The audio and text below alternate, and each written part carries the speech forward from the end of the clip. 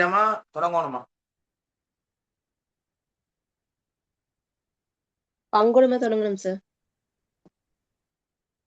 சொல்லுங்க எல்லாரும்.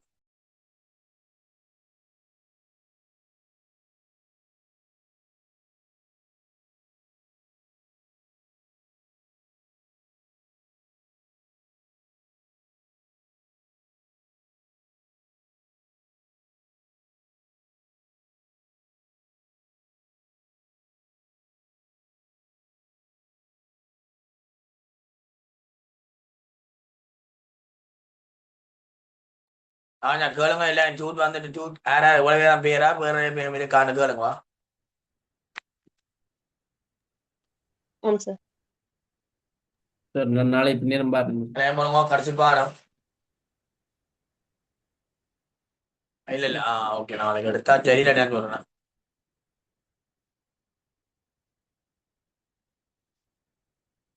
அப்ப அங்கே அட்ரஸ் நீ போடல தானே என்ன? ஏன் சார் நான் பக்கத்துல இல்ல சார். இல்ல இல்ல சரி.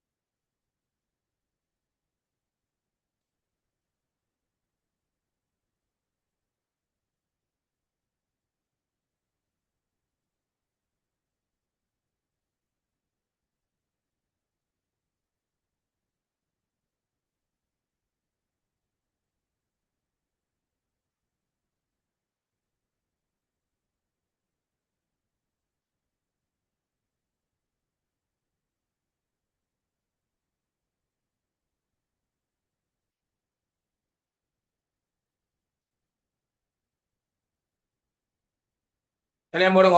பங்குடமை வணிகம் ஒன்று இது கூட தயாரிப்பேன். பங்குடமை வணிகம் ஒன்று நிதி கூட தயாரிப்பேன்.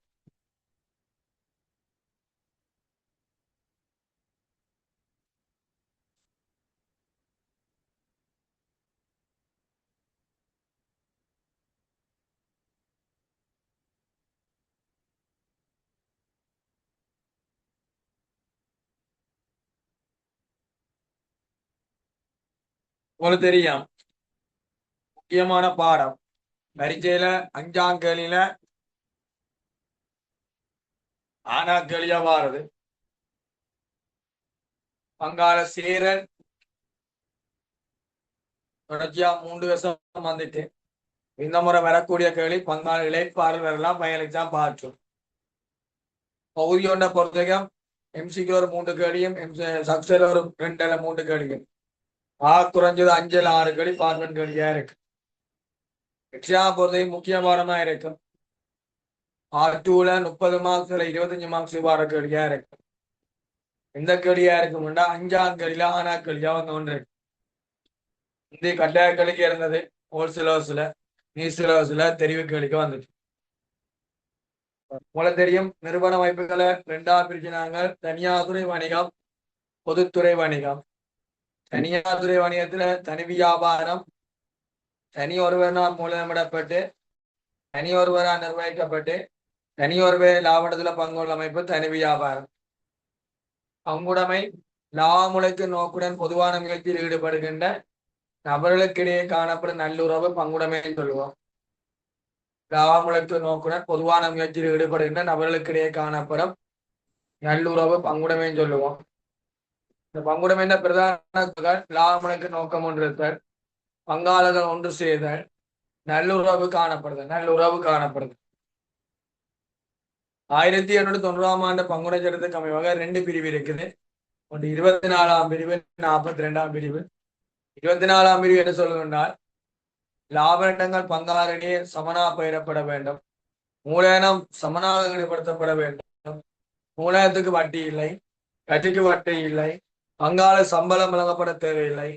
பங்காளனா வழங்கப்படும் மேலதிக கடன்களுக்கு 5% வட்டி செலுத்தப்பட வேண்டும். 5% வட்டி செலுத்தப்பட வேண்டும்.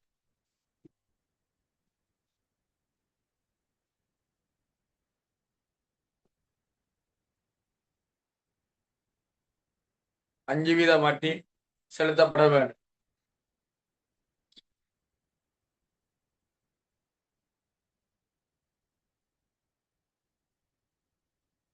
நாற்பத்தி ரெண்டாம் பிரிவு என்ன சொல்றேன்னா, பங்குடமிருந்து பங்காளர்கள் இளைப்பாறும் போது அவருக்கு செலுத்த வேண்டிய தொகையினை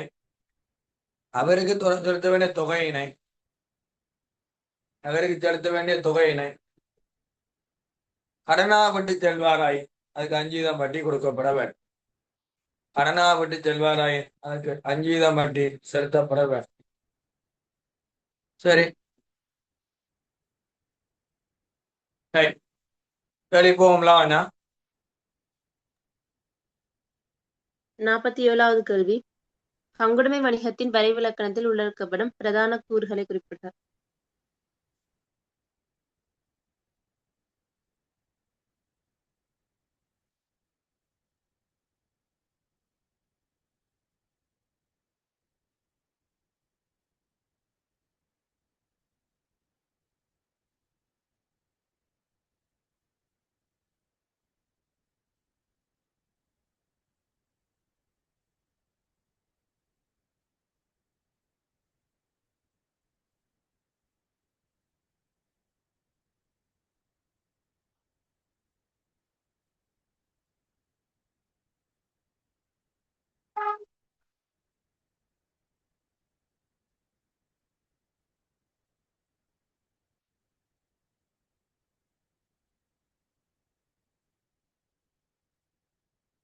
பங்குடைமை வணிகத்தின் பிரதான கூறுகளும் ஒன்று லாபமுழைக்கு நோக்கம் இருத்தல்.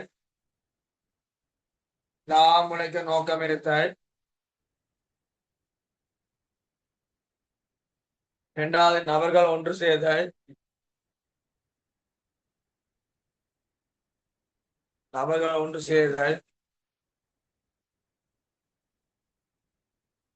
வியாபாரம் ஒன்று இருத்தல்.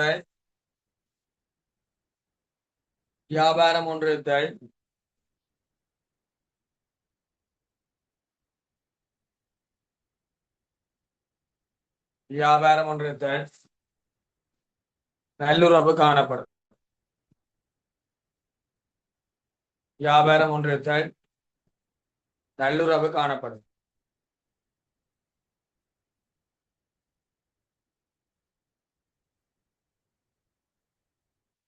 நல்லுறவு காணப்படும்.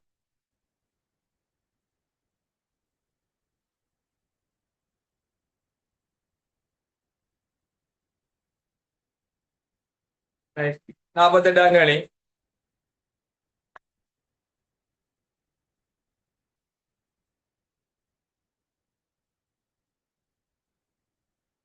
ஞாபகம். 48வது கேள்வி.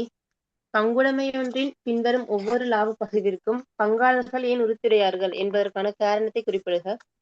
முதலாவது மூலதனத்தின் மீதான வட்டி, 2வது பங்காளர்களுக்கான சம்பளம், 3வது லாப பங்கு. அப்ப பங்குடைமையின் பின்வரும் ஒவ்வொரு லாப பகிர்வுக்கும் பங்காளர் ஏன் உரித்துறை என்பதற்கான காரணம். மூலதனத்தின் மீதான வட்டி ஏன் கொடுக்க மாட்டா, பங்காளர் ஈடுபடுத்திய மூலதனத்தில். பங்காளருக்கு ஏன் சம்பளம் கொடுக்க முகாமைக்கு பங்களிப்பு. லாப பங்கு ஏன் கொடுக்கணும்னா நட்டாட்சத்தினை தாங்குவர், இடரினை தாங்குவர். ஒழுங்கோ ஏ மூலதன பங்களிப்பு.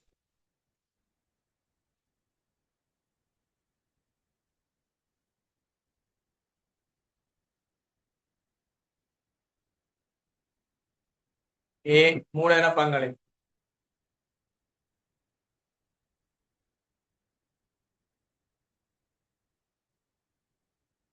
மூலதன பங்களிப்பு.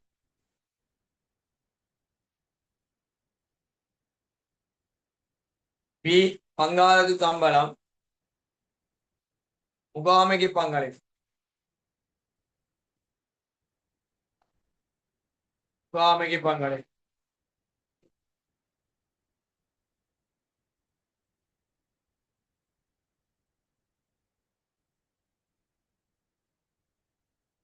சி லாபங்கு இடரினை தாங்குதல், நட்டத்தினை தாங்குவது.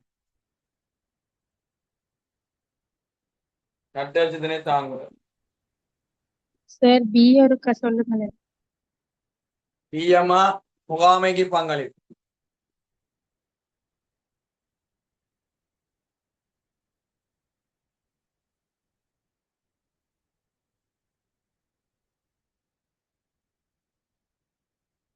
முகாமை பங்களிப்பு.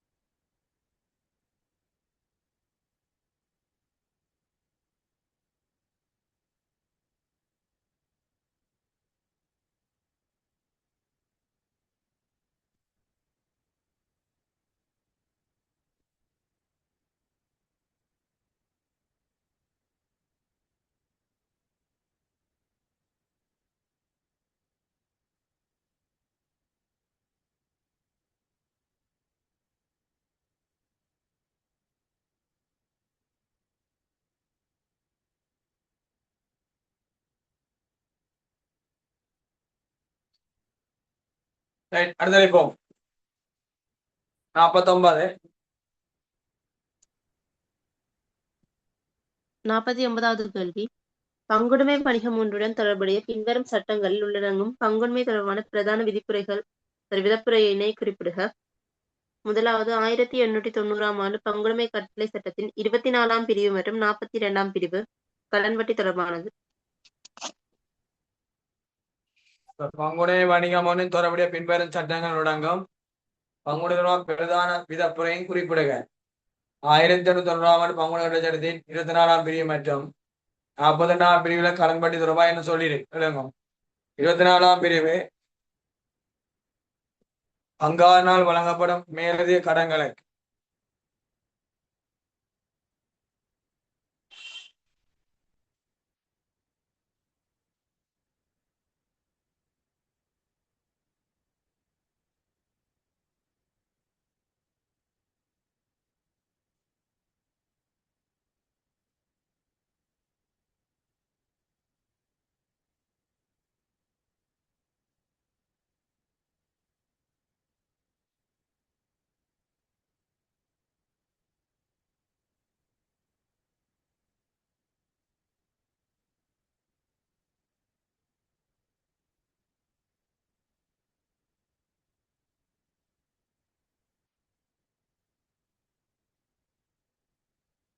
பங்காளனால் வழங்கப்படும் மேலதிக கடன்களுக்கு 5% வட்டி வழங்கப்படும்.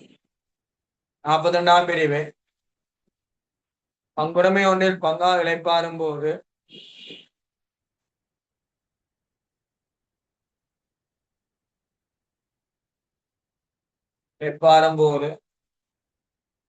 அவருக்கு செலுத்த வேண்டிய தொகையை கடனாக விட்டுச் சென்றால் அதற்கு செலுத்த வேண்டிய தொகையை கடனாக விட்டு சென்றால் 5% வட்டி செலுத்தப்பட வேண்டும்.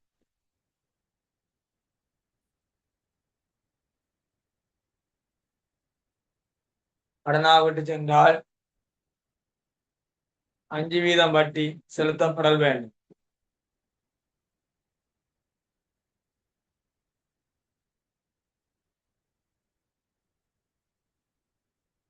அஞ்சு வீதம் வட்டி செலுத்தப்பட வேண்டும்.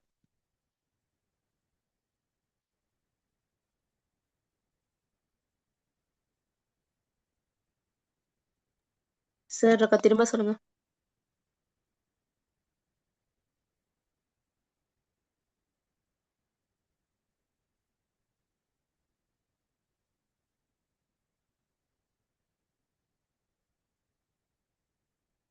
பங்குடைமை ஒன்றிலிருந்து பங்காளர் விலைப்பாரும் போது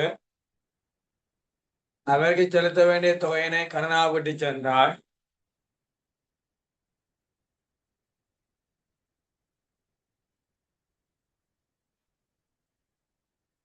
5% வட்டி செலுத்தப்பட வேண்டும்.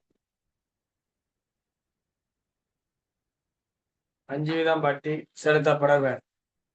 சரியா? சார்.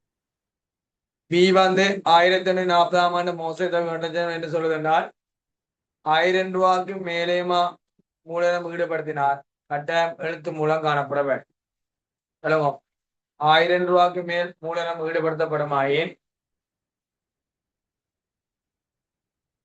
1000 ரூபாய்க்கு மேல் மூலதனம் ஈடுபடுத்தப்படுமாயின் கட்டாயம் எழுத்து மூலம் உடன்படிக்கை காணப்பட வேண்டும். கட்டாயம் எழுத்து மூலம் உடன்படிக்கை காணப்பட வேண்டும்.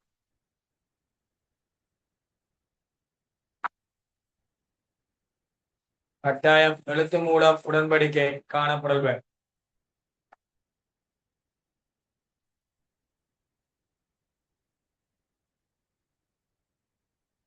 கட்டாயம் எழுத்து மூலம் உடன்படிக்கை காணப்பட வேண்டும்.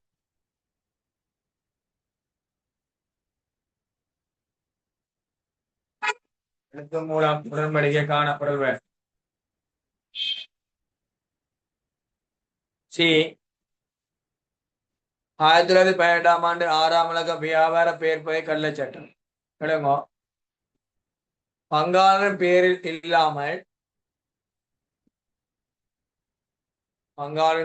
இல்லாமல்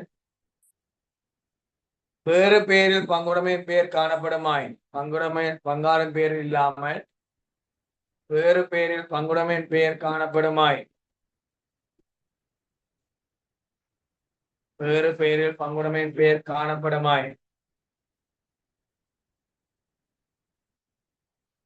கட்டாயம் பதிவு செய்யப்பட வேண்டும். காணப்படுமாயின் கட்டாயம் பதிவு செய்யப்பட வேண்டும்.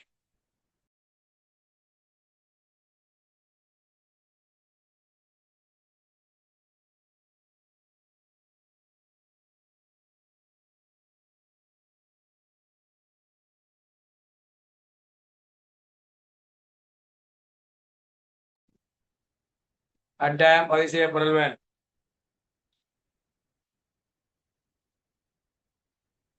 ரெண்டாயிரத்தி 7ஆம் ஆண்டு 7ஆம் இலக்க கம்பெனி சட்டம் உச்ச எண்ணிக்கை வரை இருக்குது, இழிவு எண்ணிக்கை வரை இருக்கிறது பங்குடைமை கள்ள சட்டம். பங்காளின் உச்ச எண்ணிக்கை வரை இருப்பது கம்பெனி சட்டம். பங்காளின் உச்ச எண்ணிக்கை வரை இருப்பது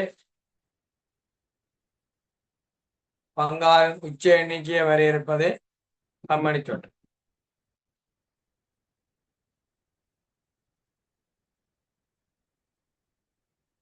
பங்காளின் உச்ச எண்ணிக்கை வரை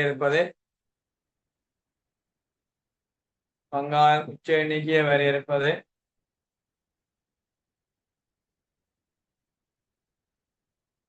கம்பெனி சட்டம். ரைட். ஆன்சர் பண்ணாக்கா 47 சொல்லலாம்.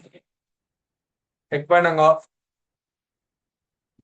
ஒரு லீவ் பண்ண வேணாம். மற்ற கவரேஜ் இருக்கான்னு பாருங்க, மற்ற டேட்டா போட்டிருக்கான்னு பாருங்க. சரியா? டேட்டா போட்டு பாருங்க. சப்போன் சார்ஜில் இருக்கான்னு பாருங்க. சரியா? மெனக்கடு ரெக்கார்டை பார்க்காம நேரடியாக இணைஞ்சிருங்க. அதுதான் முக்கியம். ரெக்கார்டை பார்க்காம நேரடியாக அணைஞ்சிருங்க. வாசி. 47வது லாபம் உழைக்கும் நோக்கம் இருத்தல், நபர்கள் ஒன்று சேர்த்தல், வியாபாரம் ஒன்று இருத்தல், நல்லுறவு காணப்படுதல். 48வது அதுல முதலாவதுக்கு மூலதன பங்களிப்பு, 2வது முகாமைக்கு பங்களிப்பு, 3வதுக்கு இடரினை தாங்குபவர். 49வது அதுல 24ஆம் பிரிவின் படி பங்காளரினால் வழங்கப்படும் மேலதிக கடன்களுக்கு 5% வட்டி வழங்கப்படும். 42ஆம் பிரிவின் படி பங்குடைமையிலிருந்து பங்காளர் இழப்பாரும் போது அவருக்கு செலுத்த வேண்டிய தொகையை கடனாக விட்டு செல்வாராயின் அதுக்கு 5% வட்டி வழங்கப்படும். அடுத்து 2வது 1000க்கு மேல் மூலதனம் ஈடுபடுத்தப்படுமாயின் கட்டாயம் எழுத்து மூல உடன்படிக்கை காணப்பட வேண்டும். 3வது பங்காளர் பெயரில் இல்லாமல் வேறு பெயரில் பங்குடைமை பெயர் காணப்படுமாயின் கட்டாயம் பதிவு செய்யப்பட வேண்டும். 4வது பங்காளரின் உச்ச எண்ணிக்கை வரையறுப்பது கம்பெனி சட்டமாகும்.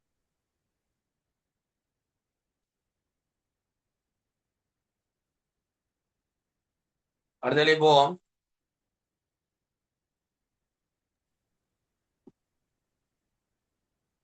நன்மதிப்பு கணிப்பிடப்படும் சந்தர்ப்பங்கள் யாவை?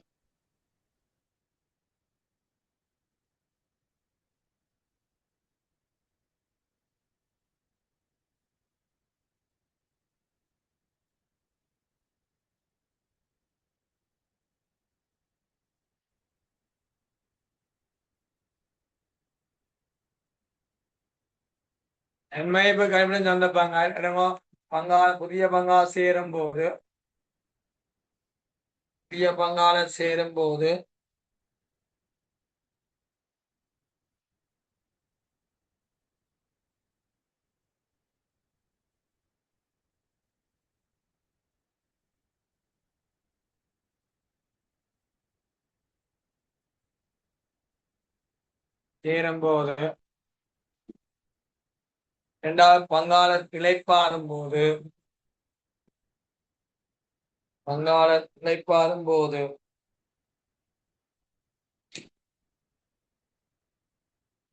மூன்றாவது லாப வீதங்கள் மாற்றமடையும் போது லாப நட்ட விகிதங்கள் மாற்றமடையும் போது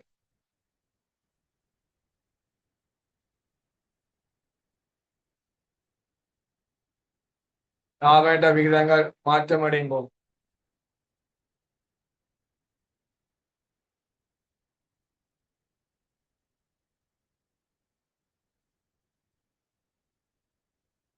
லாப நட்ட விகிதங்கள் மாற்றமடையும் போது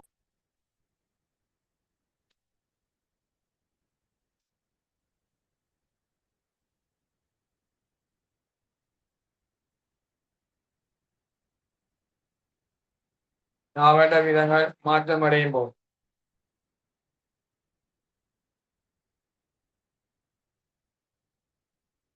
51ஆம் கேள்வி வாசி. 51வது கேள்வி பங்குடைமையின் உரிமையாண்மை கணக்குகள் யாவை?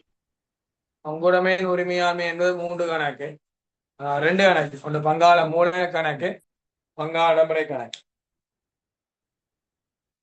பங்காள மூலதன கணக்கு, 2வது பங்காள முறை கணக்கு. மூலதன கணக்கு செலவு பக்கம் உரிமையை கூட்டும், மூலதனம் செலவு பக்கம் உரிமையை கூட்டும். நடைமுறை கணக்கும் செலவு பக்கம் வராப்பகம் இருக்கும். செலவு பக்கம் என்றா உரிமையை கூட்டும், வராப்பகம் என்றா உரிமையை குறைக்கும். வராப்பகம் என்றா உரிமையை குறைக்கும். செலாபகம் என்றா உரிமையை கூட்டும், வராபகம் என்றா உரிமையை குறைக்கும்.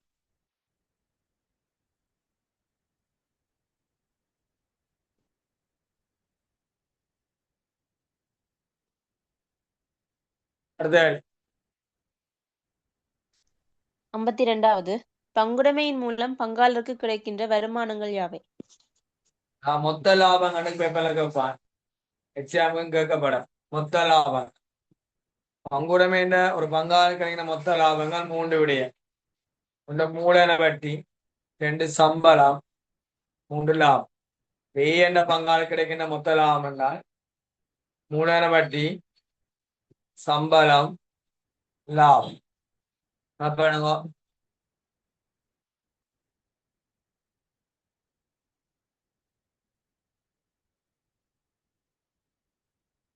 மூலதன வட்டி, சம்பளம், லாபம்.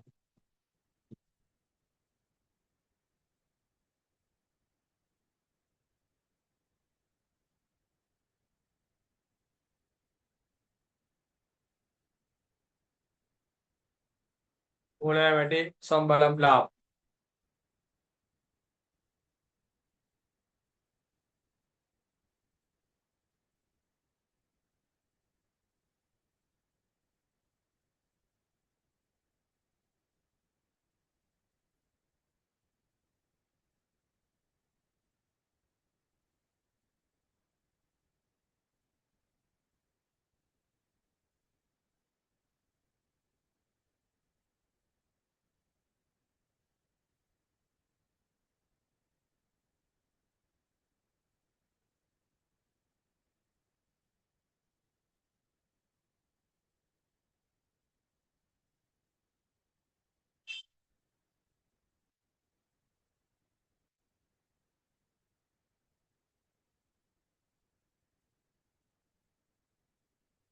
அதில் போவோம்.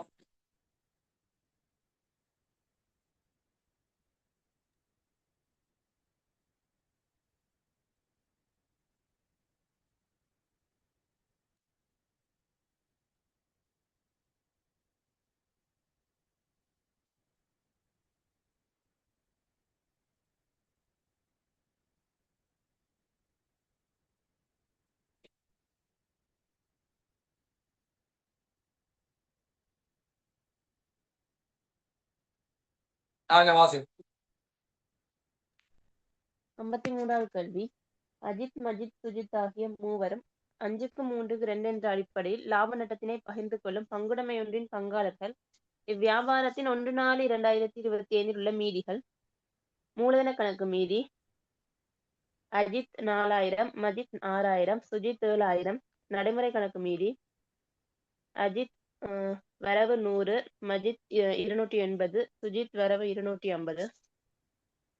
2026 3/31 முடிவடைந்த ஆண்டுக்கான தகவல் பின்வருமாறு.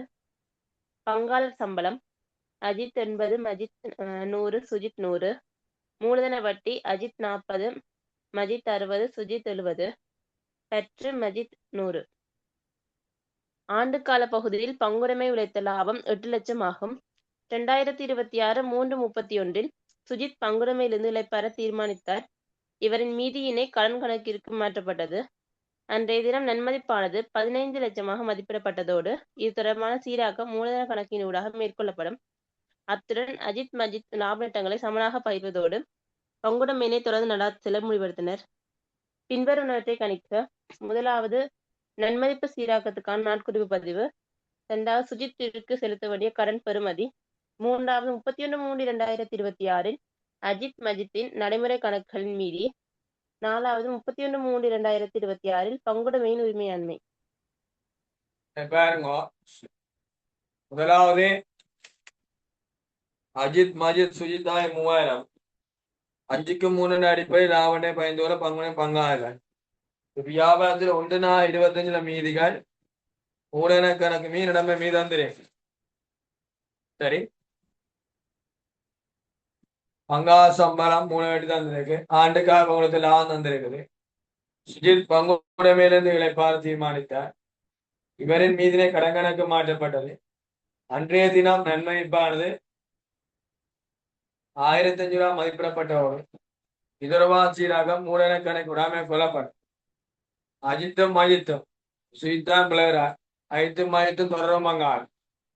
എല്ലാവരുടെയും സമനാപ്പര്യം ഏക്കനെ ലാഭം 5க்கு 3 ரன் பழைய ஆட்களுக்கு செலவழிக்கணும் புது ஆட்களுக்கு வர வைக்கும் போடுங்க 53ஆம் கேள்வி முதலாம் மூலம் அஜித் மஜித் கணக்கு வரம் தமிழ் எழுதுமா மூலம் அஜித் மஜித் கணக்கு வரவு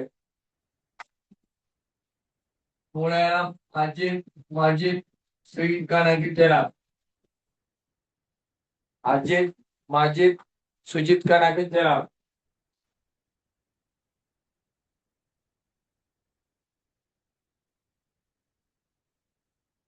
அஜித் மஜித் சுஜித் கணக்கு செலவு அஜித் மஜித் சுஜித் கணக்கு செலவு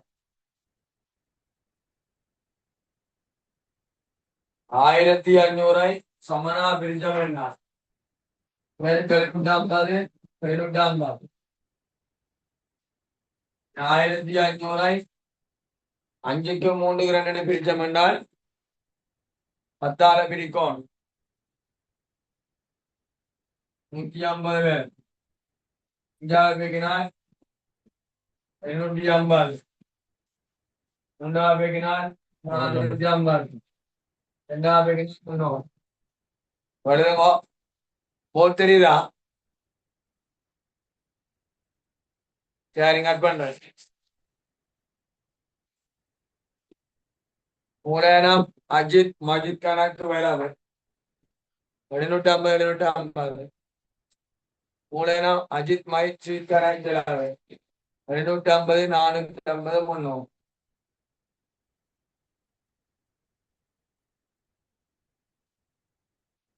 300 கடன் மீதினா நான் கடமை கணக்கு சேர்த்தான் வேணும் மூலத கணக்கு சேர்த்தா கடமை கேட்கிறான் உரிமையாளர் மீதா மூலத கணக்கு கடமை கூட்டி சொல்லும் போடுவோம் பங்காளன் மூலத கணக்கு அஜித் அஜித் சுஜித் நபரை கணக்கு அஜித் அஜித் சுஜித் ஆரம்ப மீதி 4000 6000 7000 மீதி 100 பிரிகேட் 280 250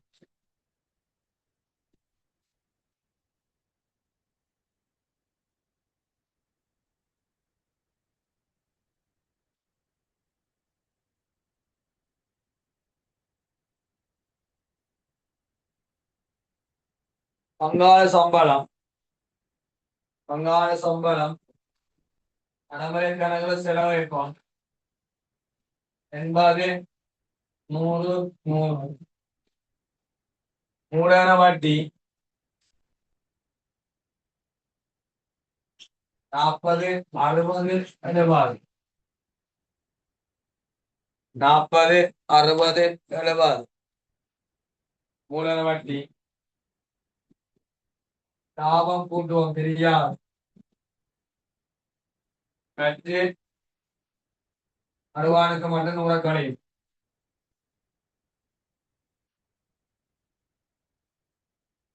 கடங்கன மாற்றம் தீர்மானிக்கப்படுது நன்மை போக்கு நன்மை பழையாக்கள் செலவிப்பீங்கள் 750 450 300 மூலதன கணக்குல செலவுல நன்மைக்கு புதிய பங்காளுக்கு வரவேற்போம் 750 பிரிகேட் 750 பிரிகேட் இதுக்கு வரா பங்குரமின் தெரிய லாபம் 800 800 பங்காள சம்பளம் 280 கழிக்கும் மூலதன வட்டி 170 கழிக்கும் கழிச்சு வாரதை லாப பைவம் 5க்கு 3 ரன் தெரிய லாபம் பங்குரத்து லாபம் தெரிய லாபம் இருக்கு 100 மூலதன பங்காள சம்பளம் 280 கழிக்கும் மூலதன வட்டி 170 கலை கழிச்சான் 450 கழிச்சான் 150 அதுதான் 350 10 பிடிச்சா 35 35 அஞ்சாறு கிடைக்கும் 5 25 3 175 மூன்றாவது பெருங்குவா 105 ரெண்டாவது பெருங்குவா எழுவா 175 105 எழுவா நீ இவ்வளவு டே கூட்டும் எனக்கு 4000 5700 7300 ஒத்தைது எல்லாம் ஓம் சார். தலைமையான சொல்லுங்க தலைமையான சொல்லுங்க குண்டாகும் 5க்கு எவ்வளவு மீதி 195 சார். 195 சரி தலைமையான 195 வேற மீதி போய் அத 435 இல்ல எம்மைக்கு மைத்துக்கு 445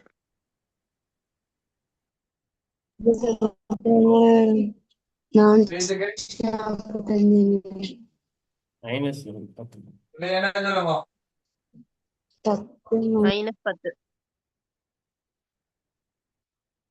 என்ன சொல்லுங்க -10 நம்ம எதிராங்களி இரண்டாங்களி ஸ்ரீதிச்சத்தின கடன் மீறி 7300 இருந்து 10 கழிச்சார் 7290 7300 இருந்து 10 கழிச்சார் 7290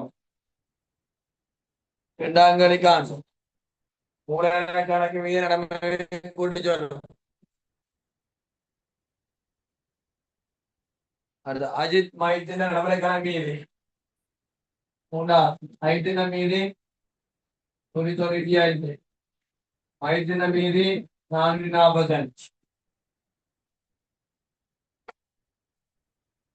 மைத்தின மீது 195 மைத்தின மீது 445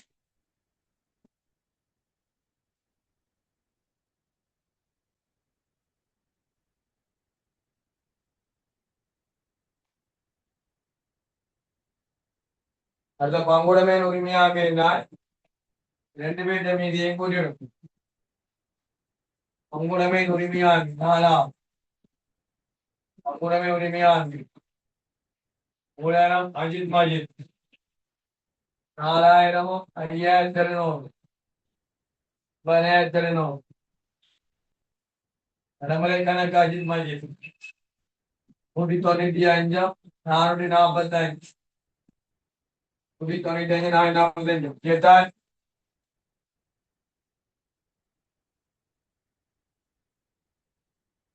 640 10,340 ஓம் சார். 10,340 ஓ சார்.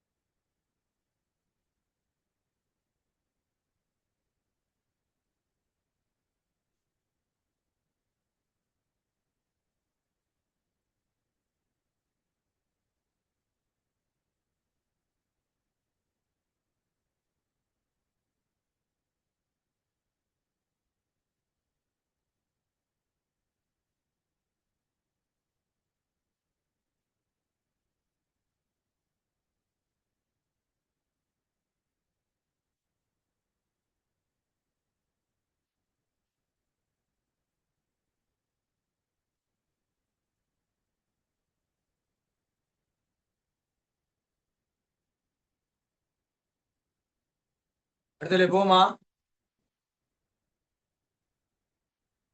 பங்குடைமையின் உரிமையாண்மை 10,340. அடுத்தது போமா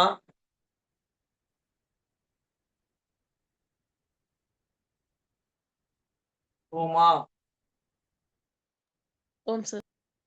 34ஆம் கேள்வி. லாவண்யாண்ட இன்னும் பேர் லிஸ்ட் கொடுத்துக்கொள்ளுங்க.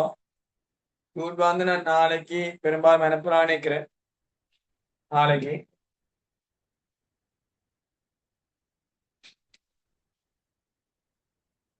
ரைட்.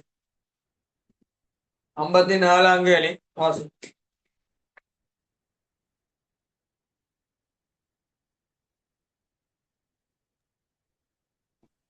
மஜீபன் ஆகியோர் லாப நட்டங்களினை முறையே 2-1 என பகிரும் பங்குடைமை ஒன்றின் பங்காளர்கள் ஆவர்.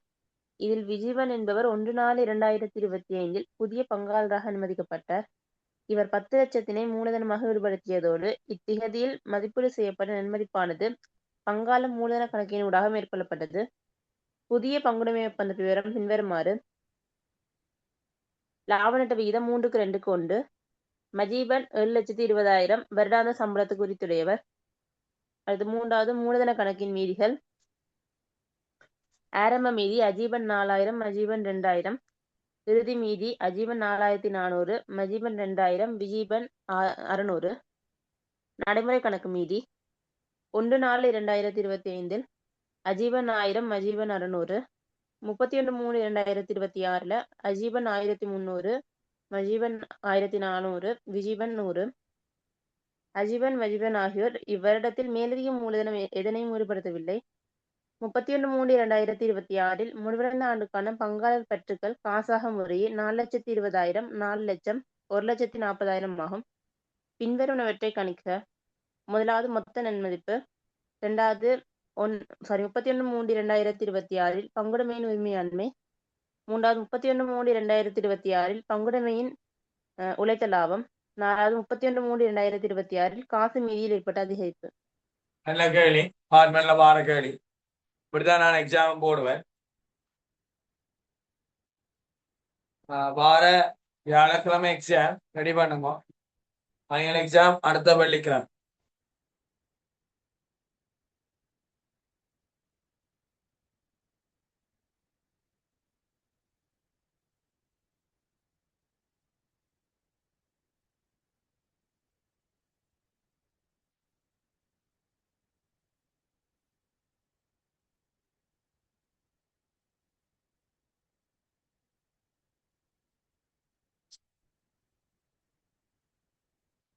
பங்காளர் மூலதன கணக்கு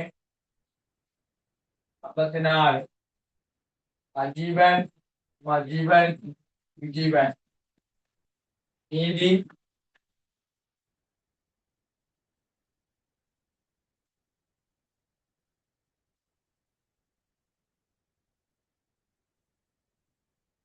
4,000 2,000.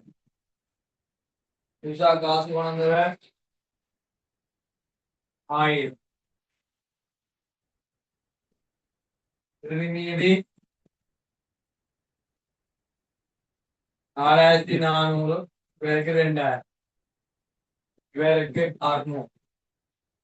நன்மை ஜீராக்கம் இவருக்கு 400 குறையும். இவருக்கு மாற்றம் இல்லை. இவருக்கு 400 கொடுப்போம். விளையாடுற பங்கா வச்சுக்கொண்டு மொத்த நன்மை எடுக்கலாம். நாங்கள் மொத்த நன்மை யாது பேப்பர்ல 4 கேட்டா இன்னொரு பேப்பர்ல மொத்த நன்மை கேட்பா. சரி, மொத்த நன்மை இப்போ புதிய லாப வீதம் சொல்றால் 3:2 கொண்டு 400 பங்கு. ஒரு பங்கு என்றால் ஒரு பங்கு 3 5 மொத்தம் 6. பெருகினார் 2,400.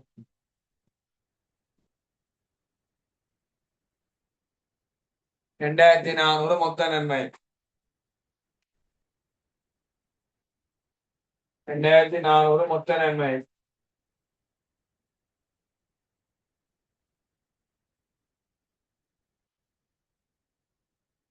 2400 மொத்த நன்மை.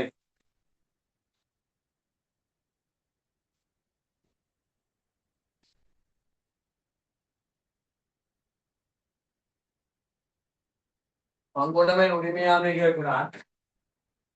உரிமையாமை சிம்பிளா பார்க்கிறது மூலதன மீதி 4400 2000 6400 600 7000 நடைமுறை கணக்கு மீதி 1300 1400 2700 2700 2700 சேர்த்தால் 9800 மூலதனம் 7000 நடைமுறை கணக்கு 2800 சேர்த்தால் 9800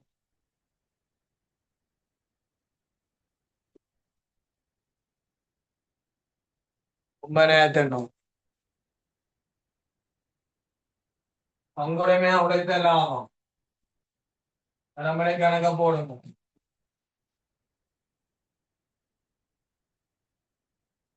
அஜீவன் விஜீவன் ஆரம்ப மீதி பெருக்க 1000 பெருக்க 600 டேஷ் மீதி 1300 1400 100 மதிவனுக்கு மட்டும் வேடாந்த சம்பளம் முடிப்பதால் புற வட்டி இல்லை. சம்பளம் மதிவனுக்கு மட்டும் வேடாந்தம் 720 கொடுக்கும். அஜீவன் மஜ்ஜனாவிக்கிறது மேலே மேம்படுத்தவில்லை. அங்கால பற்றி தான் தெரியும். லாபம் போறவனும் களி 420 மைனஸ்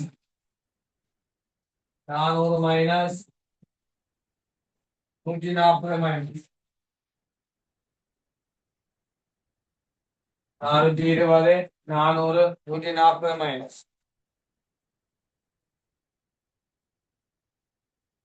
அழிக்கப்பட்ட கூட்டி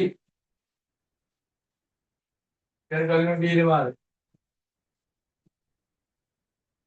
1800 இதோட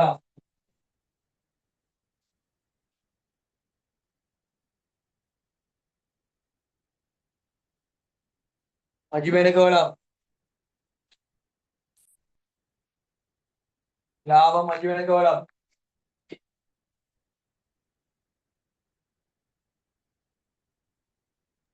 480. 480 வேலைக்கு 40 ஒன்றுக்கு 2க்கு 3 பேர் 3க்கு 2 கொண்டுக்கு ஜி இப்ப கூடவே தெரிய லாபம் 3 விஷயம் கூட வேண்டுனா மூலதன வட்டி அங்காள சம்பளம் லாபம் கணக்கில் மூலதன வட்டி இல்லை. சம்பளம் ஒரு ஆளுக்கு மட்டும் 720 லாபம் 720 1200 240 1440 சேர்த்தமென்றால் 2160 2160 தேறியலாம். பங்குடைமையும் தேறியலாம் 2160 என்ன வந்த இல்லை. சம்பளம் 720 லாபம் 720 3 பங்குன்னா 6 பிரிக்கிறீங்கன்னா முழுமையா வேற மொத்தம் வேற 1440 சேர்த்தா 2160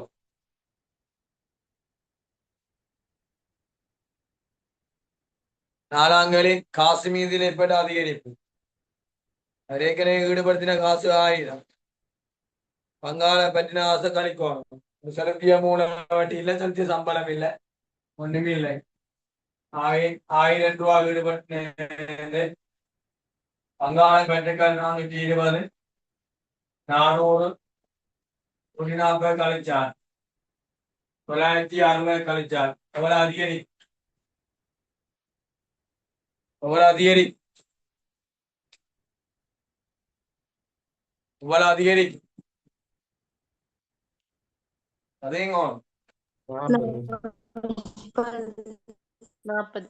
எங்கல 1000 ரூபாய் இருக்குது 40 பற்றி 40 அதிகரி உனக்கு சம்பளம் கொடுக்குறவங்களே காசா கொடுத்தோன்னு சொல்ல இல்லை.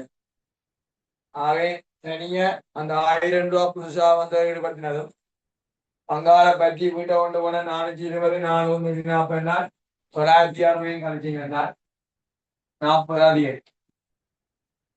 திருப்பி விடையை சொல்லுங்க.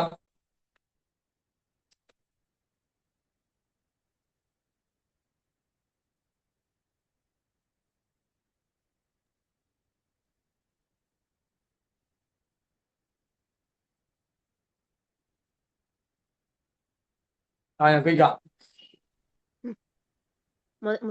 முதலாவது வந்து மொத்த நன்மதிப்பின பெறுமதி 2400. ரெண்டாவது வந்து 31/3/2026 பங்குடைமை உரிமையாண்மை மூலதன கணக்கின்ற டோட்டல் 7200. அடுத்து சார்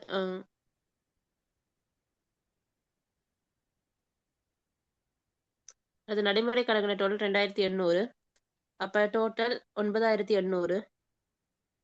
மூன்றாவது 31/3/2026 பங்குடைமையினால் உழைத்த லாபம் 720 சம்பளம் மூலதன வட்டி இல்ல லாபத்தின் மூன்று பின்ன டோட்டல் வந்து 1440. அப்ப உழைத்த லாபம் தேறிய லாபம் வந்து 2160. நாலாவது காசு மீதியில் ஏற்பட அதிகரிப்பு வந்து மூலதனமாக ஈடுபடுத்தியது 1000. பற்றுக்கள் வந்து 420 400 140. மூண்டையும் கூட்டினா உங்களுக்கு 960 வரும். அப்ப 1000ல இருந்து 960 கழிச்சா 40 அதிகரிப்பு.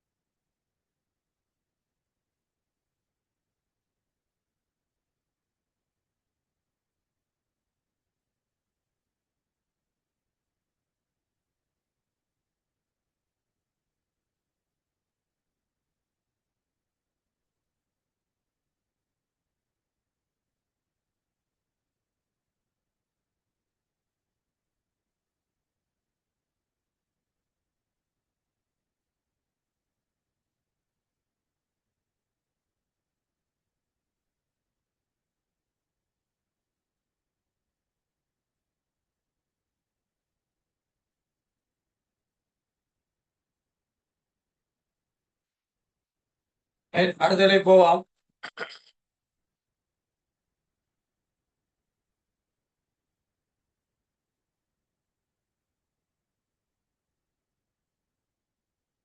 ராசி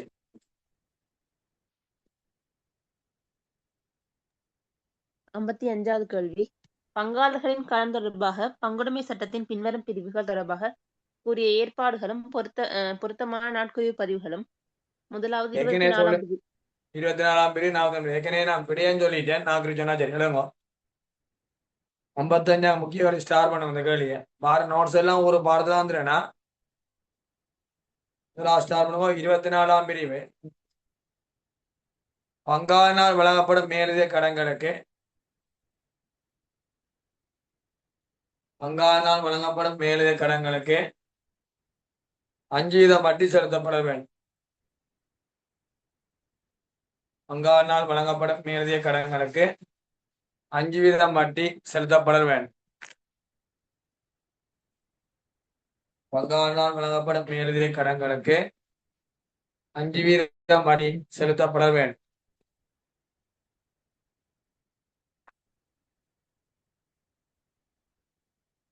செலுத்தப்பட வேண்டும்.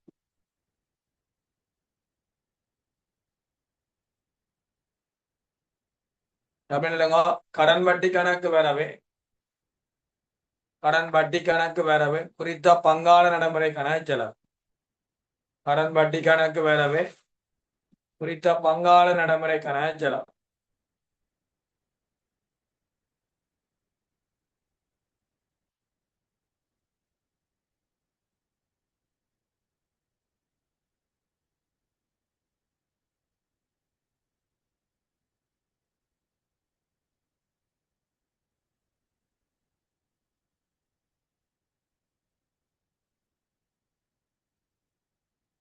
கடன் வட்டி கணக்கு வரவு பங்காள நடைமுறைக்கான செலவு.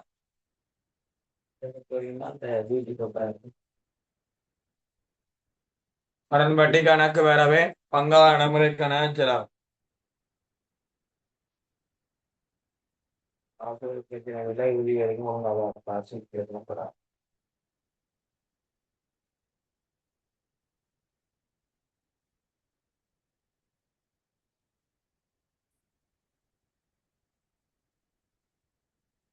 கடன் வட்டி கணக்கு வரவு பங்காள நடைமுறைக்கான செலவு. அடுத்த பக்கம் 42ஆம் பிரிவு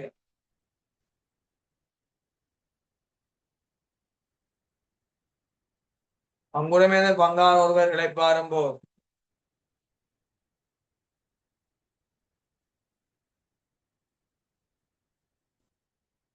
பங்குடைமை பங்காள ஒருவர் இழைப்பாரும்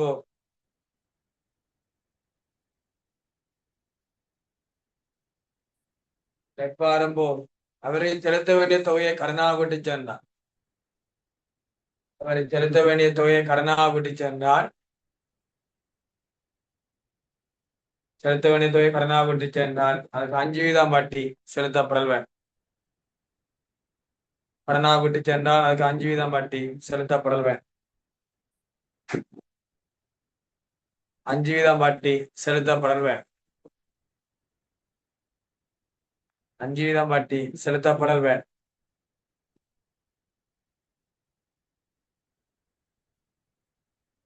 கடன் வட்டி கணக்கு வரவே கொடுக்க வேண்டிய கடன் வட்டி கணக்கு செலவு. கடன் வட்டி கணக்கு வரவே கொடுக்க வேண்டிய கடன் வட்டி கணக்கு செலவு.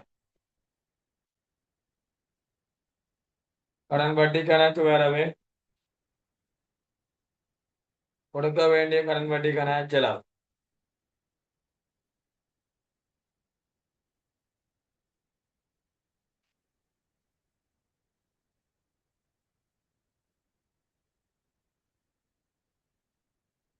கடன் வட்டி கணக்கு வரவே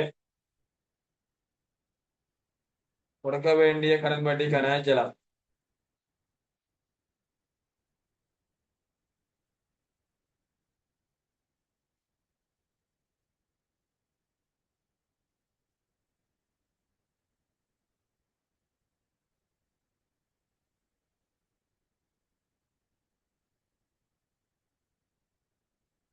கொடுக்க வேண்டிய கடன் வட்டி கணக்கு செலவு. நான் அப்படியே சொல்ல திரும்பி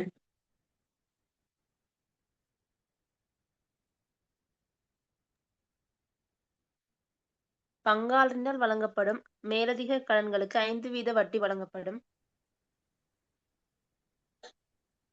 நாட்குறிப்பு பதிவு. கடன் வட்டி கணக்கு வரவு. குறித்த பங்காளர் நடைமுறை கணக்கு செலவு.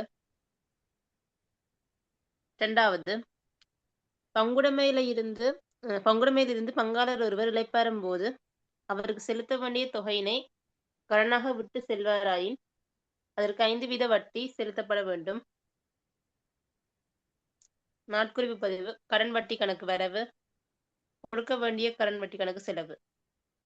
பங்குடைமையில இருந்து கொண்டுதான் நடமை கணக்கு செலவு வைக்கணும். இளைப்பாறுகின்ற நடமை கணக்கு இருக்காது. அவை கொடுக்க வேண்டிய கடன் வட்டின்னு சொல்லணுமா? கொடுக்க வேண்டிய கடன் வட்டி. ரைட். நாளைக்கு பார்ப்போம். நாளைக்கு கோழிக்கோள் பார்ட் 1 பேப்பர் முடியுதுன்னு நினைக்கிறேன். அது மாதிரி எல்லை கிரியலும் போய் கொண்டிருக்கு. அதுல இன்னொரு பேப்பர் தொடங்கலாம். என்ன பேப்பர்னு சொல்றேன். அதே மாதிரி சனி ஞாயிறு அந்த மானமட்ட பேப்பர் போகுது 6ஆம் தவணை. எக்ஸாம் பேப்பர் செட் பண்ணி கொண்டிருக்கிறேன். இறுக்கமா இருக்கு. புதன்கிழமை வியாழக்கிழமை எக்ஸாம், ஃபைனல் எக்ஸாம். அடுத்த 26ஆம் தேதி வெள்ளிக்கிழமை. வெள்ளிக்கிழமை டைம் வந்து 11:00 உண்டு. அதுல யாருக்கா நேர பிரச்சனை இருந்தா என்ன சொல்லுங்க. 11:00 உண்டு. மற்றது பேப்பர், இந்த பேப்பர் வியாழக்கிழமை நடக்கிற பேப்பர் நீங்களாம் திருத்தணும். விட போடுவேன். வெள்ளிக்கிழமை நடக்கிற பேப்பர் நீங்க PDF பண்ணி போகணும். நாங்க திருத்துவோமா? சரியா? God bless you. முடிஞ்சாந்தி. இன்னும் செமினார் காசு கட்டாக்கள், செமினாருக்குரிய அட்ரஸ், இன்னும் வீட்டு அட்ரஸ் போடாக்க போட்டுக்கோங்க. நாளைக்கு மத்தியானம் போல அனுப்புவேன். உங்களோட வெள்ளி மட்டும் கிடைக்குமா? வெள்ளியில